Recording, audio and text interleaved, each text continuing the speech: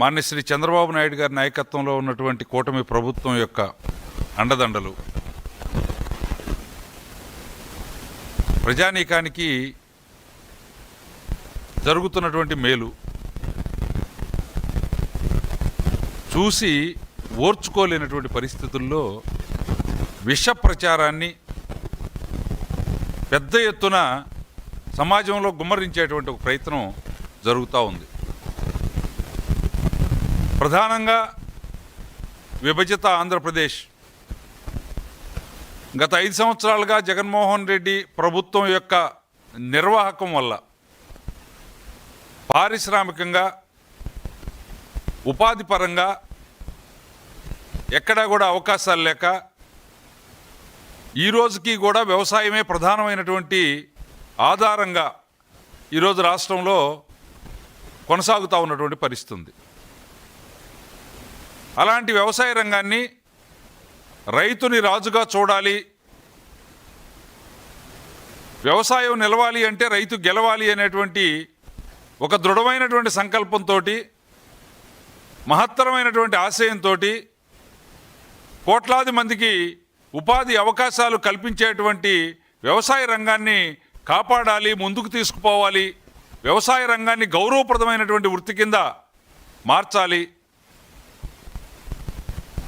సేవా వ్యాపార రంగాలు ఉన్నట్టే వ్యవసాయ రంగానికి కూడా ఒక తగినటువంటి గుర్తింపు రావాలి అనేటువంటి ఒక మహాతలంపుతోటి ఈరోజు కూటమి ప్రభుత్వం చంద్రబాబు నాయుడు గారి నేతృత్వంలో నడుస్తూ ఉంది. చంద్రబాబు నాయుడు గారు దాన్ని ఒక యజ్ఞంలాగా చేస్తూ వస్తున్నారు. ఈరోజు కూడా దురదృష్టవశాత్తు వ్యవసాయ ఉత్పత్తులు,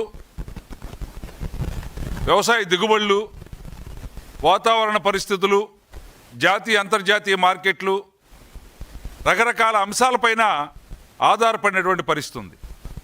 వీటన్నిటినీ కూడా అధ్యయనం చేసి వీటన్నిటిలో నుంచి కూడా రైతాంగాన్ని కాపాడాలి, వ్యవసాయాన్ని బలోపేతం చేయాలి అనేటువంటి సంకల్పంతో ఈ క్రమంలో గత 4-5 మాసాలుగా పంటలు చేతికొచ్చిన తర్వాత కూటమి ప్రభుత్వం చంద్రబాబు నాయుడు గారి దిశానిర్దేశం ఏ విధంగా ఉందో మొత్తం తెలుగు ప్రజానీకం అంతా కూడా చూస్తున్నారు.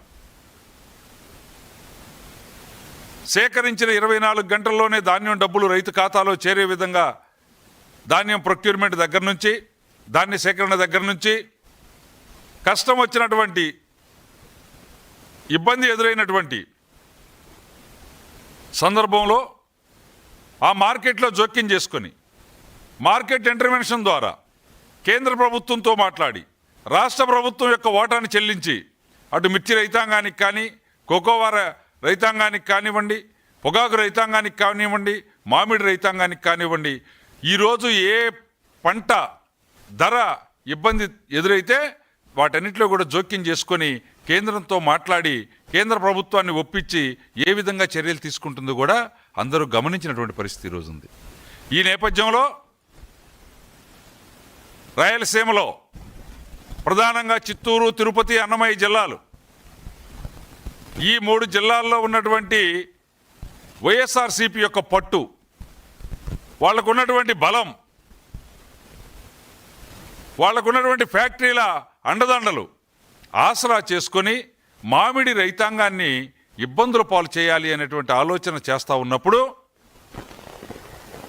రాష్ట్ర ప్రభుత్వం మామిడి రైతాంగానికి అండగా ఉండాలి అనేటువంటి మహాతలంపుతోటి గత 2 మాసాలుగా కూడా మామిడి పంట మార్కెట్కి రావటం మొదలవక ముందు నుంచే పరిస్థితిని అంచనా వేసి గత 10 సంవత్సరాల్లో రానటువంటి దిగుబడి, చూడనటువంటి దిగుబడి ఈ సంవత్సరం రైతాంగానికి వచ్చింది. గత సంవత్సరం ఇదే రోజుల్లో 2,50,000 టన్నులు మామిడి పంట దిగుబడి వస్తే ఈ సంవత్సరం 6.5-7 లక్షల మెట్రిక్ టన్నుల మామిడి పండ్లు, తోతాపూరి వెరైటీ అంటే పల్పు జ్యూస్కి వెళ్ళేటువంటి వెరైటీ ఈ సంవత్సరం దిగుబడి వచ్చే పరిస్థితుంది. సహజంగానే మామిడి పంట సంవత్సరం విడిచి సంవత్సరం కాపు దిగుబడి ఎక్కువగా ఉంటుంది.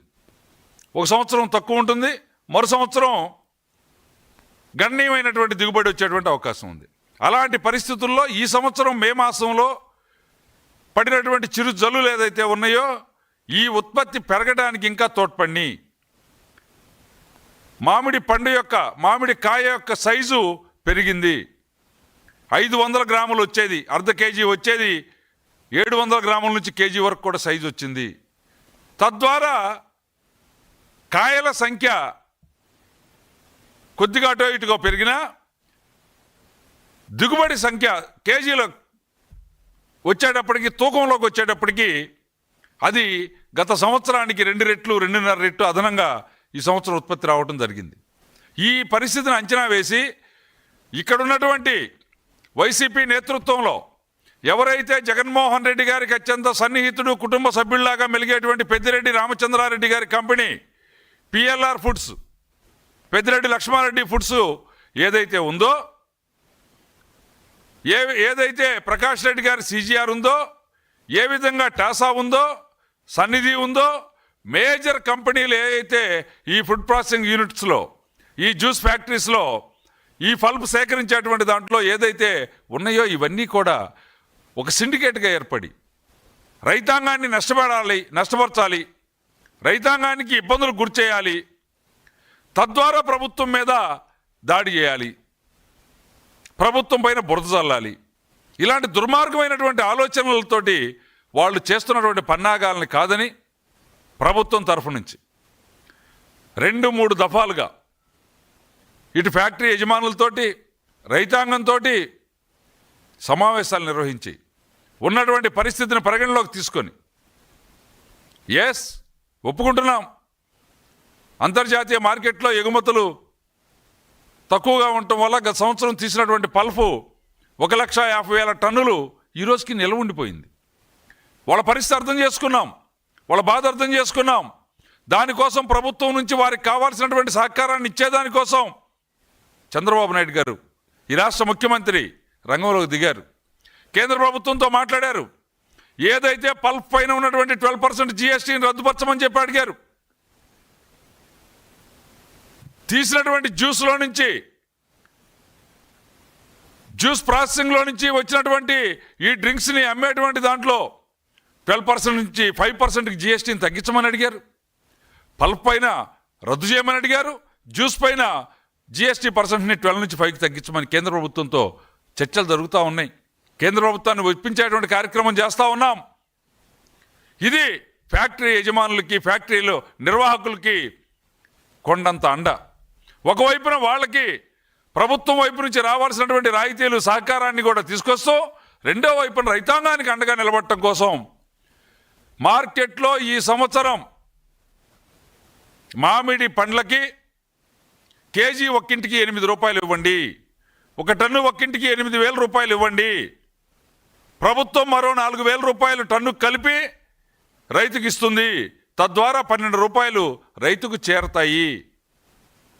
అలా చేరితే ఈ దిగుబడికి, రైతాంగానికి ఇప్పుడు వచ్చినటువంటి దిగుబడికి ఈ మార్కెట్ ధరను కల్పిస్తే రైతాంగం ఆనందంగా ఉంటారు, సంతోషంగా ఉంటారు, సుభిక్షంగా ఉంటుంది వ్యవసాయ రంగం అని చెప్పి ఈ రాష్ట్ర ప్రభుత్వం చంద్రబాబు నాయుడు గారు చెప్పడం జరిగింది, మాట్లాడటం జరిగింది. కేంద్ర ప్రభుత్వంతో మాట్లాడటం జరిగింది, ఫ్యాక్టరీ యజమానులతో మాట్లాడటం జరిగింది, రైతులతో మాట్లాడటం జరిగింది. అదేవిధంగా మా ద్వారా మాట్లాడిచ్చారు. వ్యవసాయ శాఖ మంత్రి గారు మీటింగ్ పెట్టి మాట్లాడారు. అనేక రూపాల్లో జిల్లా అధికార యంత్రాంగం, కలెక్టర్లు, అదేవిధంగా హార్టికల్చర్ డిపార్ట్మెంట్ నుంచి, అగ్రికల్చర్ డిపార్ట్మెంట్ నుంచి అందరూ కూడా ఎవరి ప్రయత్నాలు వాళ్ళంతా కూడా చేస్తూ ఉండి మార్కెట్ ఇంటర్వెన్షన్ స్కీమ్లోకి వెళ్ళిపోయి ప్రతి టన్నుకి 4,000 రూపాయలు ఇవ్వడానికి ఈరోజు రాష్ట్ర ప్రభుత్వం సిద్ధంగా ఉంది. చేస్తూ ఉన్నాం. రైతాంగాన్ని ఎక్కడా కూడా బెంబేలెత్తొద్దు. వాళ్ళ మాటలు విని, వాళ్ళ అరుపులు విని, వాళ్ళు కల్పించేటువంటి భయానికి లోనై తొక్కిసలాట్లోకి పోవద్దు అని చెప్పేసి విజ్ఞప్తి చేశాం. ఈ రోజుకి చేస్తూ ఉన్నాం. అధికార యంత్రాంగం అంతా కూడా దానిపైన కావాల్సిన ఎక్సర్సైజ్ చేస్తూ ఉన్నారు. మామిడి పండ్లు కోత, చెట్టుకి వచ్చినటువంటి మామిడి పండు చెట్టుకు వచ్చినవి మొత్తం కూడా ఒకేసారి కొయ్యక్కర్లేదు. విడతల వారీగా పంట దశకు వచ్చినటువంటి పండుని కోసుకొని తీసుకొని రావటం ద్వారా ఒత్తిడి తగ్గుతుంది, తద్వారా రైతాంగానికి మేలు జరుగుతుందని అవగాహన ప్రచారాన్ని కూడా కల్పించడం జరిగింది. ఆ విధంగా రైతాంగం అంతా కూడా ప్రయత్నం చేస్తూ ఉంటే ఒక్కసారిగా రైతాంగం మీద ఇదిగిదిగో పక్కన ఉన్నటువంటి కర్ణాటకలో 16 రూపాయలకు కొంటా ఉన్నారు, ఇక్కడ రైతాంగం దగ్గర నుంచి మామిడి పండు సేకరించట్లేదు అని చెప్తా ఉన్నాడు. జగన్మోహన్ రెడ్డి గారు దానిపైన నేను ప్రచారం చేస్తాను, పరామర్శకు వెళ్తానని చెప్తా ఉన్నాడు. మొన్న వెళ్ళొచ్చాడు. రైతాంగాన్ని పరామర్శించాలంటే ఓ 10 మంది గౌరవంగా వెళ్ళి కూర్చొని చర్చలు జరిపి, అదిగో ఆ పెద్దిరెడ్డి రామచంద్రారెడ్డి లాంటి వాళ్ళని పిలిచి, ఆ ప్రకాష్ రెడ్డి లాంటి వాళ్ళని పిలిచి, ఆ టాసా కంపెనీని పిలిచి, మీకేమన్నా బుద్ధి ఉందా? రైతు కష్టపడతా ఉంటే మనం ఒక రాజకీయ పార్టీలో ఉన్నాం, రైతాంగానికి అండగా ఉండాలి. మీరు ఈ విధంగా 3 రూపాయలకి 4 రూపాయలకి కొంటానంటే, వచ్చిన ట్రాక్టర్లు దించుకోకుండా ఉంటానంటే రైతు నష్టపోతాడు. మీరు అది మానుకోండి. ఈరోజు రాష్ట్ర ప్రభుత్వం అనేక సౌకర్యాలు సదుపాయాలు మీకు కల్పిస్తామని చెప్తా ఉన్నారు కదా, మీరేమి నష్టపోతారు? మీరేమి మా ఉత్పత్తి ఎక్కువ వచ్చిందని చెప్పేసి మీ ధరలేమి తగ్గించి, వచ్చినటువంటి ఉత్పత్తుల్లో నుంచి మీ జ్యూస్నేమి ధరలు తగ్గించి ఆఫ్ రేటుకో పావు రేటుకో అమ్మటం లేదు కదా. సమయంతో ఉండండి, రైతాంగానికి అండగా ఉండండి అని చెప్పాల్సిన పెద్ద మనిషి